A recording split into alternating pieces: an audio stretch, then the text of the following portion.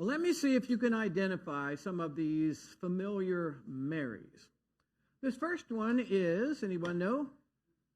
Lincoln. Mary Todd Lincoln, the wife of President Lincoln. How about this one? If you're my age or a little before or after, Mary Tyler Moore. Now, here's one that's a little tricky because she goes by the nickname Sissy, but her first name was Mary. Sissy Spacek, first name was Mary. Anyone know the name of this actress?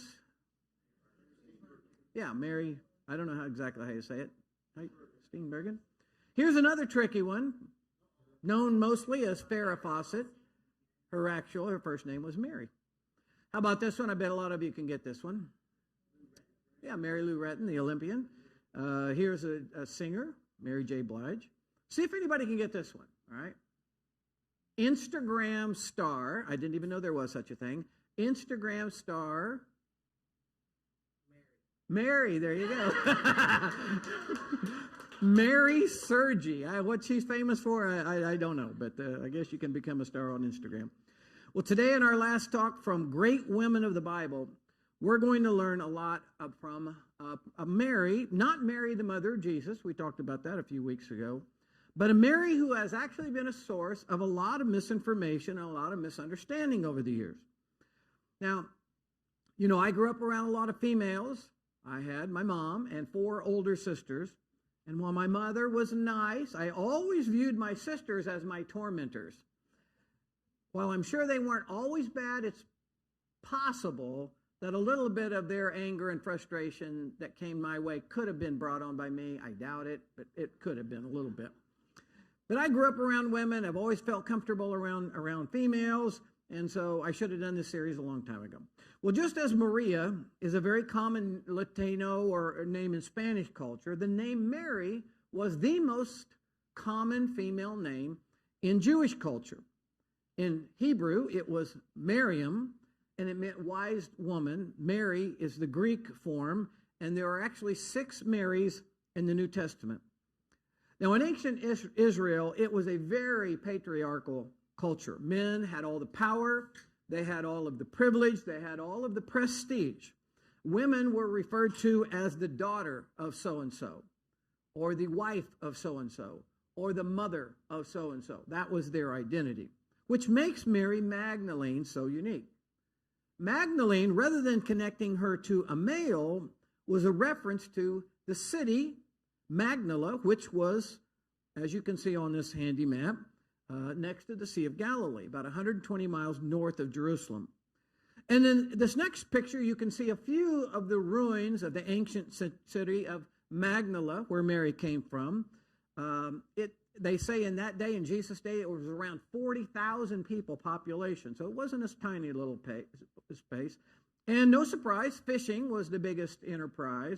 But also, Magdala was known for its wool and the unique dyes and unusual dyes that they would use to color the wool. Now, basically, Magdalene helped to distinguish her from all of the other Marys of her day and the 5 Marys mentioned, the other ones in the New Testament.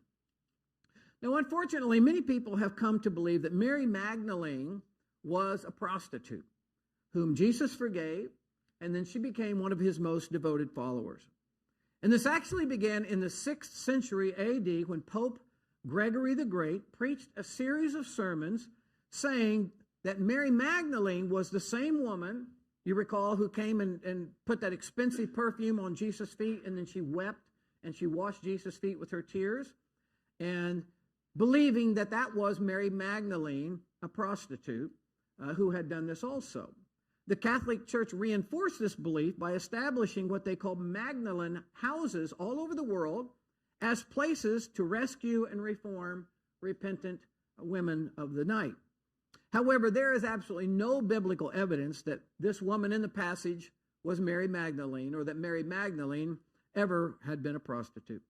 Finally, in 1969, 500 years later, the Catholic Church corrected its mistake, but by then many people, including maybe some of us, had accepted this idea that Mary Magdalene had this terrible past. Now, not that Jesus wouldn't have cared about her if she did have a bad past. In this passage, you see where Jesus met with who's called the woman at the well. She had been married 5 times before, presently living with a man she was not married to, but Jesus took time. He showed how much he cared about her. He didn't judge her. He didn't condemn her. He offered her grace and forgiveness and a new life. But that wasn't the life and past of Mary Magdalene.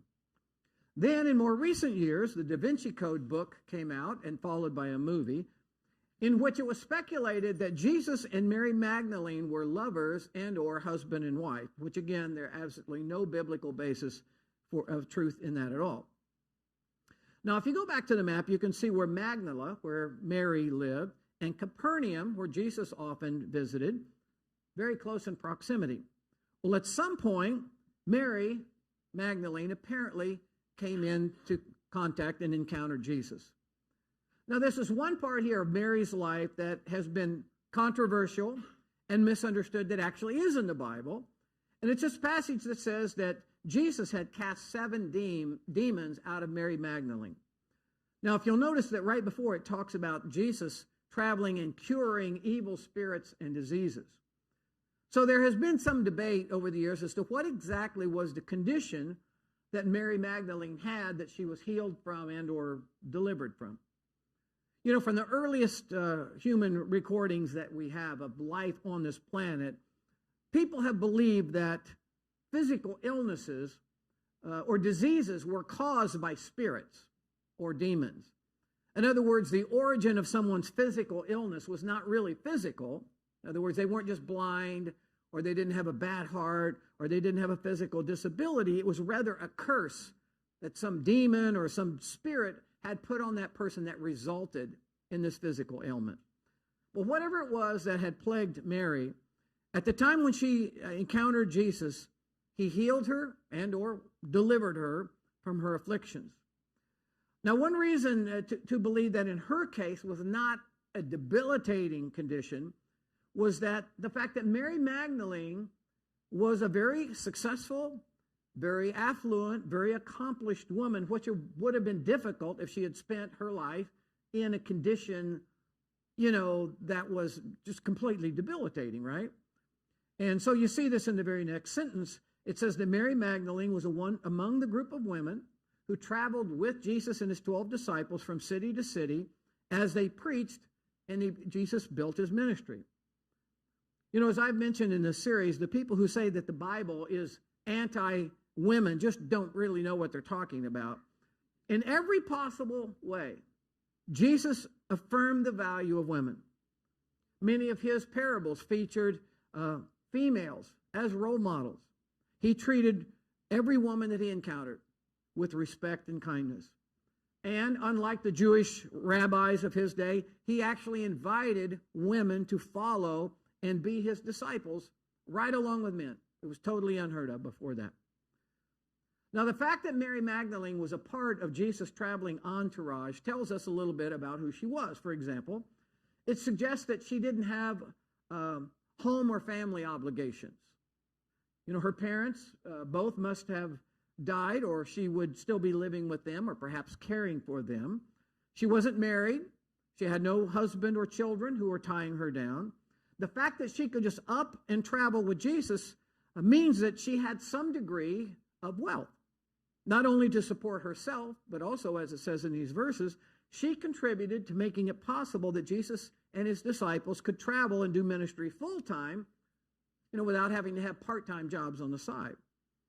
And in a time and a culture where women were second-class citizens at best, Mary Magdalene was somehow independent, capable, affluent, she was intelligent, and she was a leader. Every time the women who followed along with Jesus are mentioned, her name is always first. She was a leader among those women. But while it is true that many of Jesus' followers were, and disciples were common fishermen and so forth, not all of them were. Joanna, mentioned in these verses, was married to the manager of Herod's household. In other words, King Herod had appointed this woman's husband to take care of all of his responsibilities and finances and all the king's personal matters. Mary Magdalene was a very accomplished person. So these women were not just a band of gypsies or groupies riding on Jesus' coattails. Jesus and the disciples, as they traveled, you never read where they collected an offering. from the crowd to support their ministry, because they had these sharp, successful women of means whose generous donations made their traveling ministry possible. Now, the most significant trait or characteristic about Mary Magdalene was her consistent and enthusiastic devotion to Jesus. She had two very distinct eras of her life, BC, before she encountered Christ, and AC, after she encountered Christ. She was successful, she was independent, she was remarkable in many ways, especially in the male-dominated Middle Eastern, culture. But her life after Jesus changed it was one of greater purpose. She did whatever it took, leaving the safety and comforts of her life to travel and support Jesus' ministry and to ensure that many other people, not just herself, but many others could benefit from and have their lives transformed by Jesus, just as hers had been. But eventually, her devotion to Christ was tested to its limits. Can you imagine what she must have been going through as Jesus was betrayed and arrested, brought before Pilate and given the death sentence, beaten to the point of death from receiving the 39 lashes? Mary Magdalene and the other disciples, seeing the crowds deceived by the religious leaders turning on Jesus, crying out, crucify him, crucify him. The same people who had welcomed him in Jerusalem just days earlier are now saying, crucify him. Hearing people ridicule and mock Jesus, following behind Christ as he carried the cross through the streets of Jerusalem on his way to be crucified. Mary Magdalene had to wonder, what is happening? All this man has done is try to help and serve and heal and teach other people. Mary Magdalene must have been dumbfounded, and then as the reality of it all set in, her spirit must have been crushed. She must have been brokenhearted. At one point, the 12 disciples, it says, fled. They deserted Jesus in his hour of greatest need. But the women, including Mary Magdalene, did not run and hide.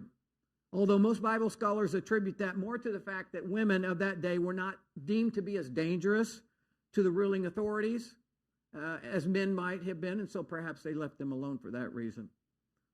Then as Jesus was finally having the spikes driven through his hands and his feet, the spear piercing his side, the hours of suffering and pain, when he breathed his last breath, the people who were with him right to the very end were these women who had followed from Galilee, which of course would have included Mary Magdalene. You might be familiar with their old song, "Were you there when they crucified my Lord?" Mary Magdalene could have said, yes, I was there. She was right there when Christ was crucified. But her devotion to Jesus didn't stop right there. A man named Joseph, who also had become a follower of Christ, offered his tomb as a temporary burial place for Jesus. And who was right there as that huge stone was rolled over to cover the entrance of the tomb? Who was there? Mary Magdalene. She was no fair weather follower. Even though Jesus now had been killed and his mission, his claims of being the long-awaited Jewish Messiah were crushed and ended upon his death, apparently, in gratitude and devotion, Mary Magdalene was still there. That was Friday evening, and the Jewish Passover starts at sundown on Friday and ends on sundown on Saturday evenings, and so the task of properly preparing Jesus' body for burial had to wait. And so early Sunday morning, at dawn, it says, Mary Magdalene returns to the tomb to complete the burial process.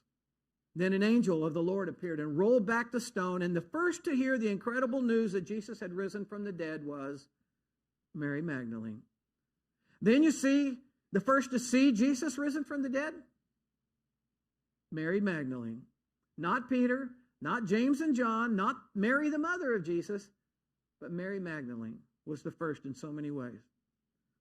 Now, down through the years, some men have apparently didn't get the memo from Jesus that all women matter and are created equally by God and have equal value to God. Maybe you've heard of John Calvin. He was the guy who came up with Calvinism. He lived in the 15th century. He was a theologian. He wasn't too impressed that the first witnesses to Jesus' resurrection were women, because women in those days couldn't even be brought into a court of law to testify because they were not viewed as reliable witnesses. And so John Calvin was really disappointed that the first people there to be witnesses of the resurrection were women. And he wrote, "It may be thought strange that God did not choose more competent witnesses. But thus the saying is fulfilled that God chooses the weak, the foolish, the contemptible, in order to prove his great power."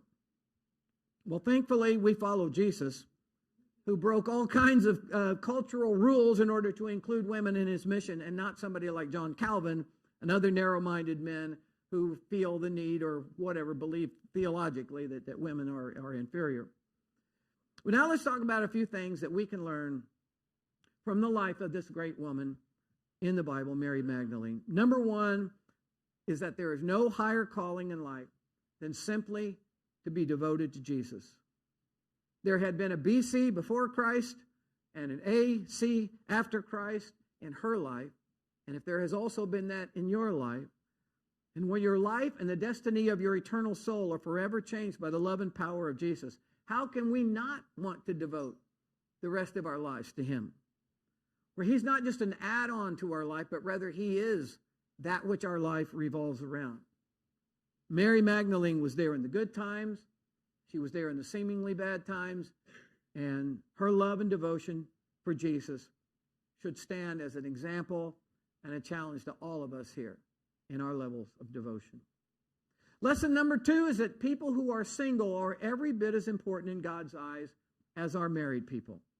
Now, you wouldn't necessarily feel that message in all churches today, but that is true in the Bible. Every person, whether they're married or single, like Mary Magdalene, they are all important. About 20 years ago, in a different church, we had an associate pastor who used to make fun of single people kind of behind their back and go, "Yeah, she's single for a reason." That's how he'd always put it. They're single for a reason. And this was so hypocritical because this person, I had personal knowledge. He had a terrible marriage. He had been unfaithful to his wife. And yet he loved to feel superior to those who, unlike himself, were single. Well, Jesus was single.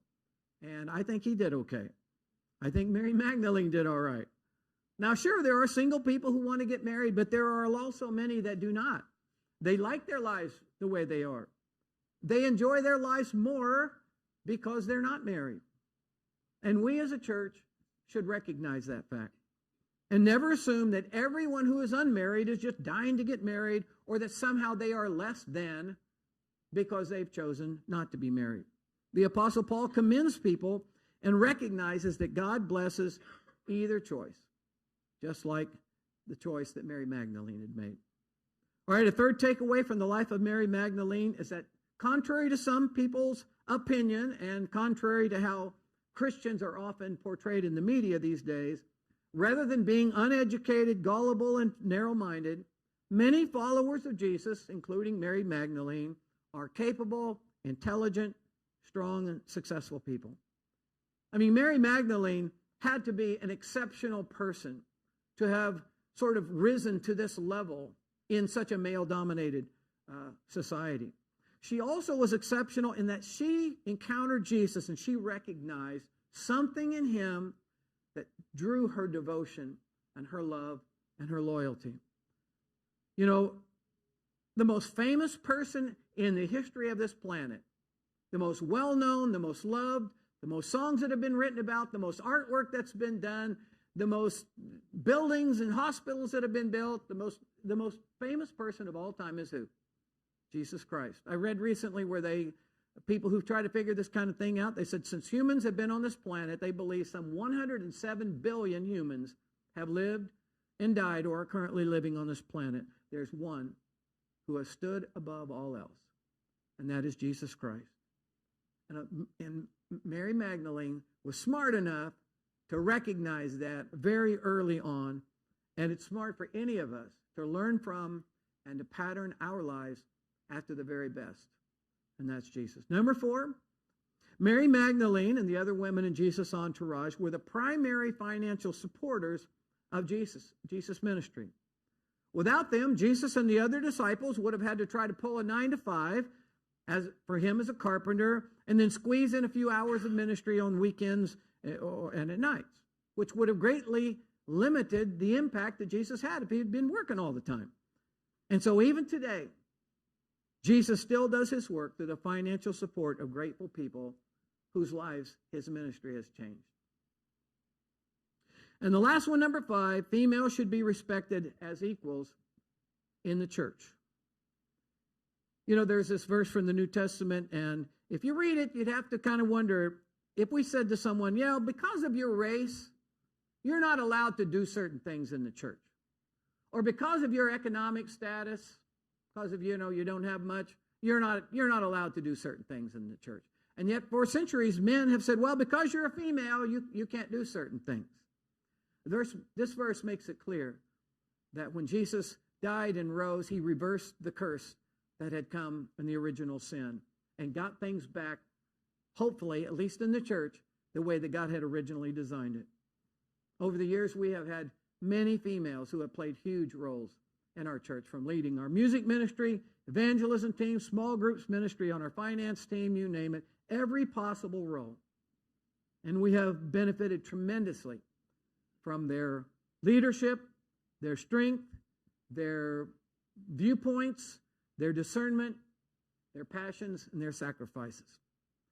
So as we wrap up this series, Great Women of the Bible today, I hope that all of you females here, regardless of your age, will just feel God's affirmation on your life, that you have value. No matter what our society or anybody else says, you have value.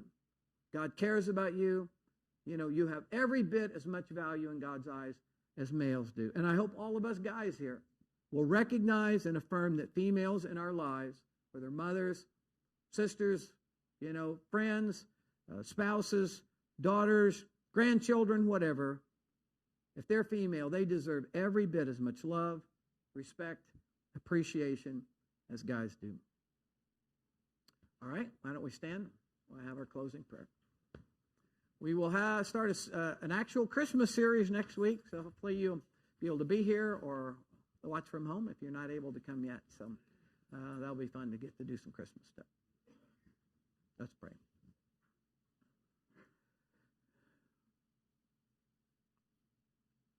Lord, I'm so glad to be able to open the Bible and to reflect upon the life of Jesus, and that in every possible way, he is the example for us to follow.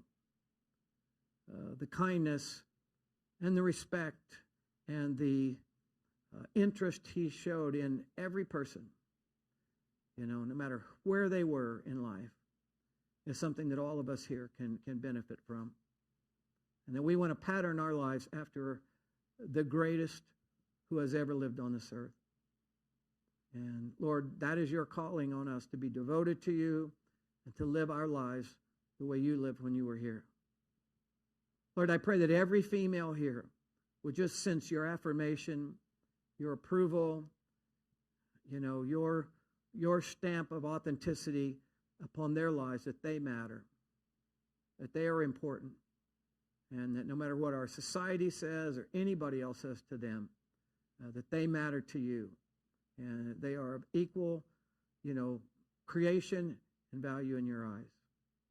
Lord, I pray for all of us guys here, that whatever we have in our past or whatever things about us that make us sometimes feel superior or to think we're better or to look down upon females in any way, that you would cleanse those things out of our lives and help us to be like Jesus was. Lord, I'm so grateful for the females that have been in my life over the years, that have made such an impact on who I am, and have corrected me and have loved me and have taught me and have supported me and have challenged me and have been such an important part of my journey in life. I'm thankful for that, God. I'm thankful for the women that you brought into this church, and that we would honor them and we would recognize their value and all the different things they bring.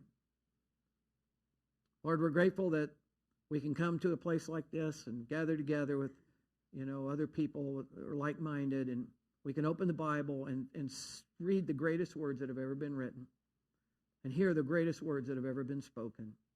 and be reminded of what's really important in life. So thank you for this time today. Pray that you be with us now as we go out this week and try to be lights in a dark world and the city set on a hill. And it would be our love. It would be, carrying the message of Christ and in all of its fullness that would make us different this week. Pray that in Jesus' name. Amen. All right, you guys. Thanks for coming, for watching. We'll see you next time.